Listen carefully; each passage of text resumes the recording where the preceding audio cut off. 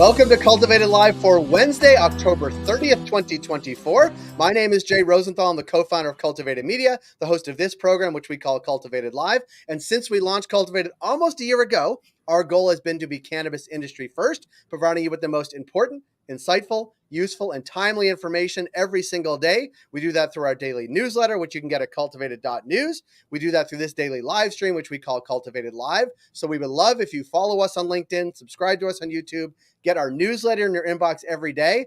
And today, a special welcome because we were actually streaming to Jeremy Berke, who is my co-founder and our editor-in-chief's Twitter handle, or X handle, if we call it that now. But Jeremy's not here. He's under the weather. So Jeremy, we wish you well and wish all your followers on Twitter well too.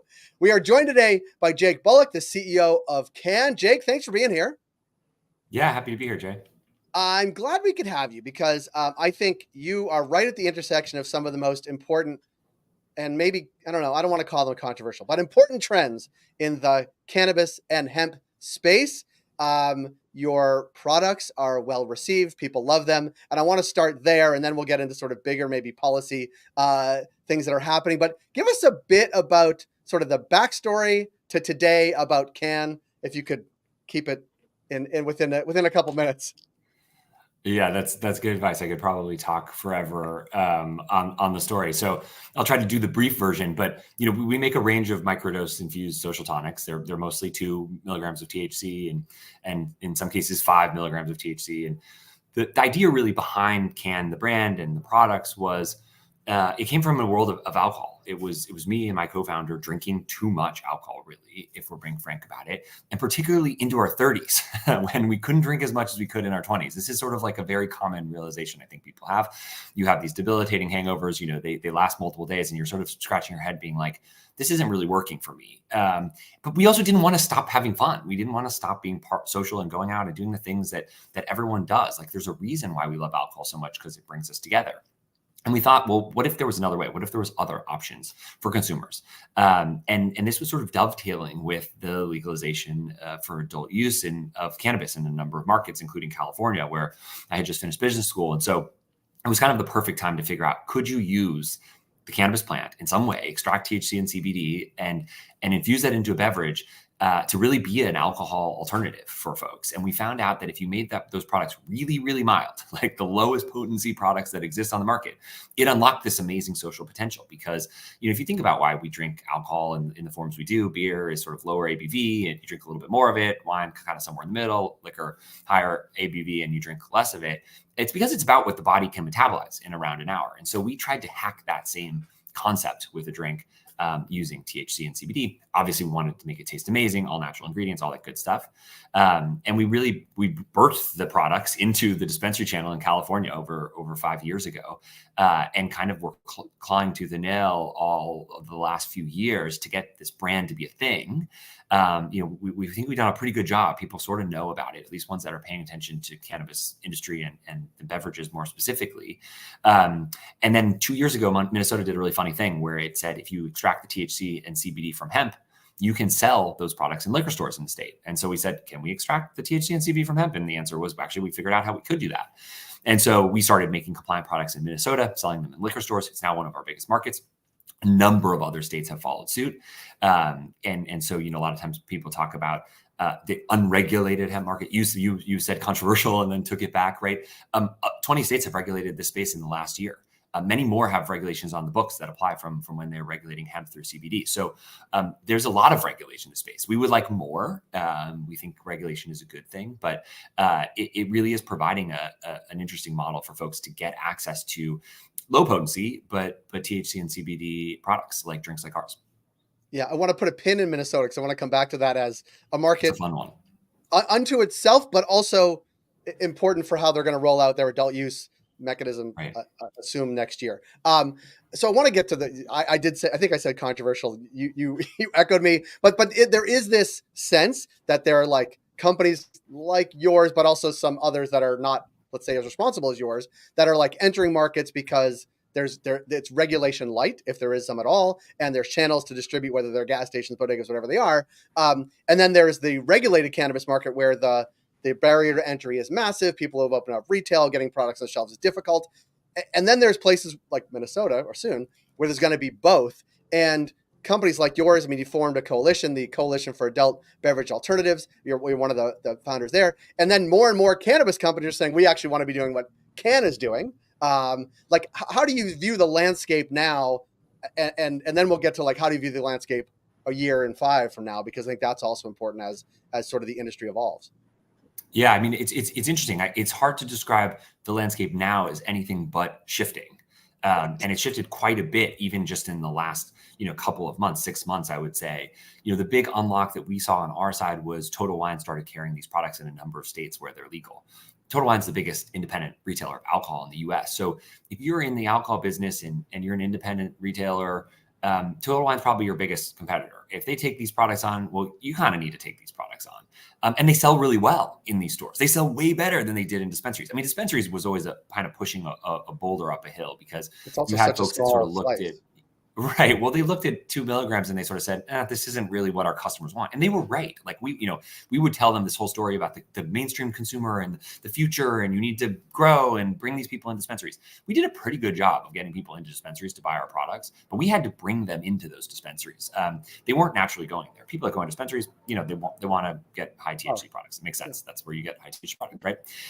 Liquor stores are totally different. People going there are sort of saying, I'm having a party. I want to have beer. I want to have wine. I want to have Cann for people that don't drink alcohol, because I have a bunch of friends that don't do that, or trying not to drink as much, or I just know people have more fun if I have these options available, right? So we're seeing that, and we're seeing that in the data, right? Total Wine has told us that it's a basket builder in their stores. That's a really positive thing. So that's really a big change in the landscape over the last few months as that's rolled out into new states.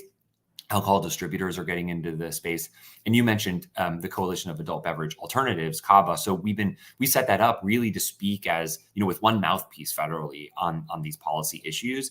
But what's really interesting is we've brought a lot of alcohol stakeholders into that group that are very involved, in addition to the hemp drink brands that sort of want to influence policy and really tell the story about why these products are different. This is not a high potency product. This is not a product that is causing people health issues. It's actually helping people manage wellness and health in their lives.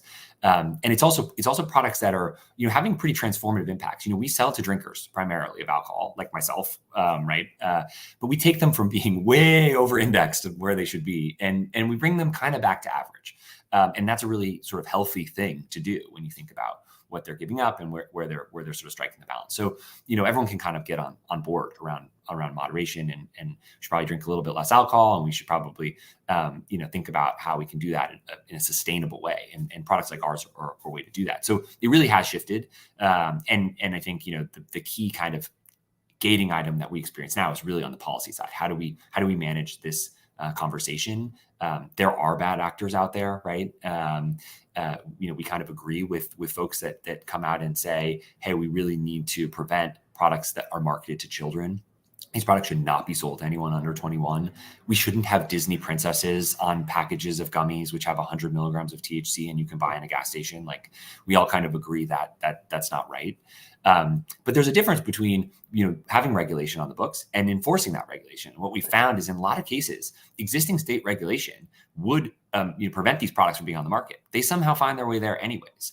And so there's a real challenge, I think, that states are dealing with now. They've passed good regulation, but they're not seeing changes in the marketplace because they don't have the resources to enforce around that regulation. And so, that's another challenge that we're as an industry and as the Beverage Alternatives Association really trying to figure out how we can help there as well.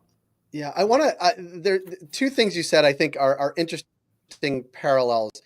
Both you as a company and a brand have met your consumers where they are, right? Some want low dose, it's an entry point, and on the sort of physically where they are side, like, you're actually meeting them where they're buying such products, right? And I think this is where regulators and regulations often miss the boat. That the only and look, love cannabis consumers, they drive the industry, certainly amazing, right? But also, they can only go to dispensaries to buy it, right? Whereas if you want to open up the market and have a successful market, you got to meet consumers where they're buying such products. In a lot of cases, it's at a convenience store or Total Wines, right? Like, so it seems to me that Cann has positioned both the product sort of emotionally and a psychographic, but also physically, where people are actually want the things that they have. And I wonder if there's a lesson to learn from that, from a regulator perspective, that consumers are going to buy products where they're going to buy them. You can't make them go buy things where they don't want to buy them, right? And I think there's like a lesson in that. And Minnesota, to go back to Minnesota where you put the pin, I think unintentionally did the thing that allowed Total Wine to carry your products. But what the result has been that it has actually opened up a market that is meeting consumers where they want and where they are. The sky has not fallen. Consumers are happy. Businesses are happy. I guess we'll see if the sort of regulated dispensary channels are also going to be happy. But it's certainly become a more normalized market faster than markets that didn't do that. Like let's call it the Minnesota model. Right. Yeah, it is a Minnesota model. And it's providing a different model for states that maybe, took a look at what happened in Colorado and Washington, Oregon, California, and said, that doesn't look like it's working. Right. Or at least it's not as working as well as we thought. I mean, it's obviously been very safe, these rollouts, right? Like, so from a product standpoint, all the fears that folks had were unfounded. But from a business standpoint, it's not working, right? Even the objectives that states set out to reach, have failed miserably in so many ways on social equity. They failed on even just allowing people to build businesses that make sense. I mean, some people invested their life savings into getting these licenses that cost millions and millions of dollars and now are worth barely thousands.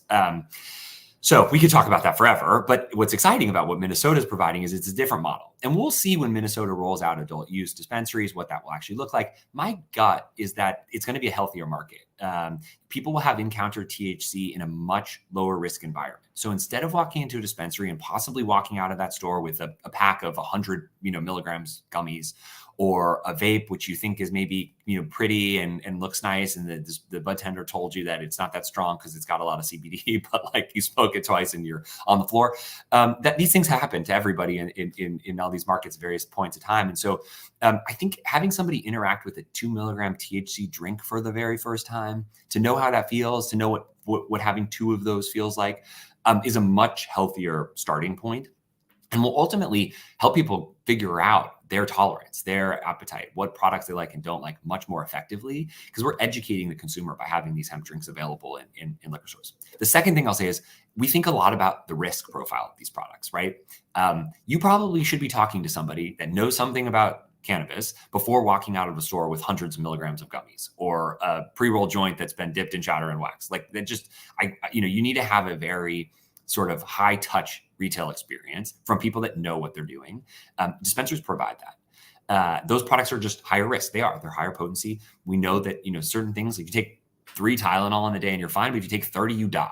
It's the same idea, right? As you increase the potency of these products, you have to be much careful. Now, thankfully, THC and CBD, cannabis products are very, very mild, even in high doses, right? But what we tell people is you really should be focusing on how much potency you're consuming, how frequently you're consuming that potency, right? Like I said, we don't want young people having this either. So how old you are also really matters.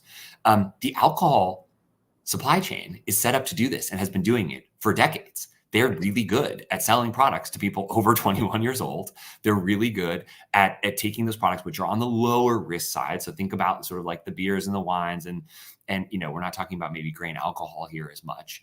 They're really good at selling those products and allowing consumers to figure out sort of what works for them and not work for them. So we really would argue that that's the best sort of match risk profile channel for these products. And then it will ultimately help the broader cannabis industry to have them out in the world and in sort of safe environments for consumption. Yeah, you were referencing California, Oregon, Washington as models that are safe rollouts, but maybe from a business perspective not great. But it's not as if then newer markets went to the opposite direction. Like think about New York, and the rollout has been so incredibly slow, which has its own challenges with the market as well. And I think the Minnesota model, as you described it, like low risk profile products outside of a dispensary channel is a good model. And even earlier than sort of full blown rollout is an unintended consequence of that.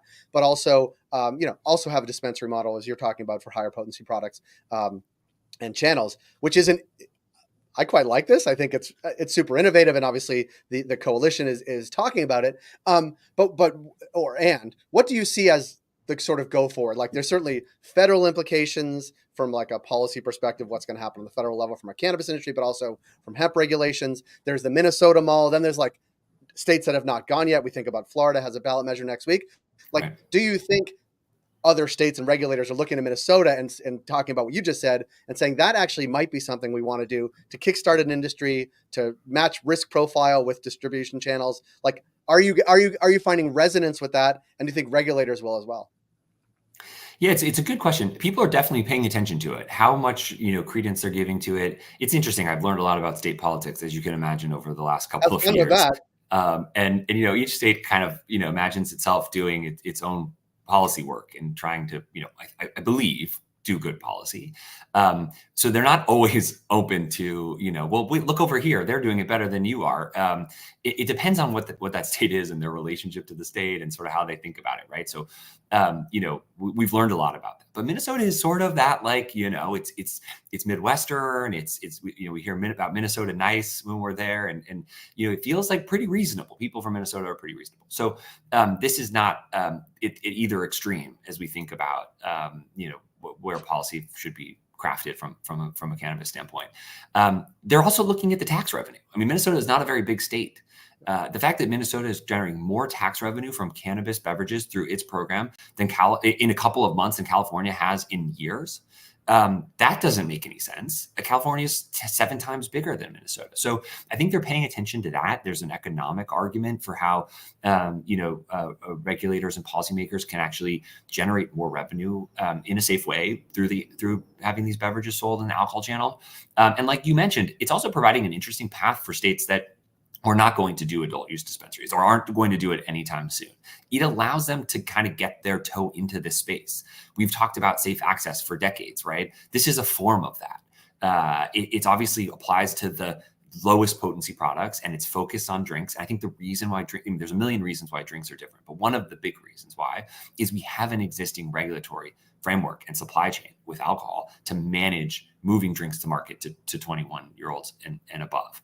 Not dissimilar to what we've seen in some of these markets where folks say, well, why don't you just put these products in the dispensary channel? We already set this all up. We spent all this time, building out this industry, and it's for the THC products. So why don't we put them over there? And this is actually a really good counter argument for why not, right? They don't actually sell over there. They're not going to generate any revenue for the state, and consumers don't buy them when they're there. But if you put them in this other 21 plus regulatory channel that you've had, very clearly defined and functioning well for decades, they will generate a lot of tax revenue.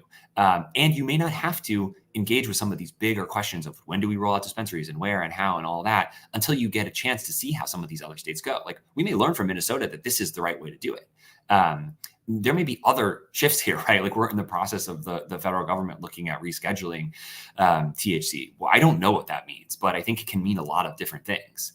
And so it might not be a bad time to sort of just see how some of these models emerge. And ultimately, we have the kind of key point, which is consumers want these drinks.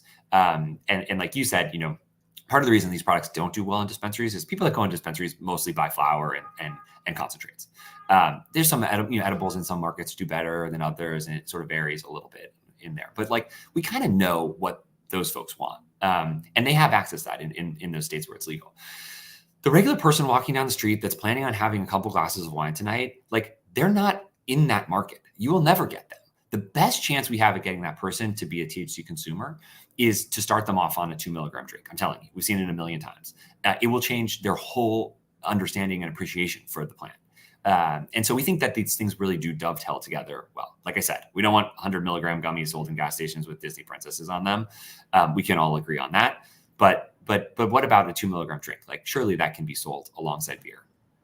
Yeah, I love it. Jake, I appreciate your time today. I appreciate the product, the brand, and all that you're doing, because I think it's super innovative and interesting, and obviously consumers love it too. But thinking about the sort of broader policy frameworks is also an important job for companies like people like you and companies like Cann to think about the today and the tomorrow, because I think that is interesting and innovative, and the industry is better for it. So I thank you for your time today, this morning. Good luck to you and the Cann team, and good luck to the coalition as well. And we look forward to connecting with you at some time again soon. Great. Thanks, Jay. Appreciate it. Thanks so much. We'll be back again tomorrow at 10 a.m. Eastern with Krista Raymer. We check in with her every Thursday to talk about cannabis retail. And I'm going to bring up this conversation and that conversation tomorrow, because I think it's super interesting. Jake, again, thanks so much. We'll see everybody tomorrow at 10 a.m.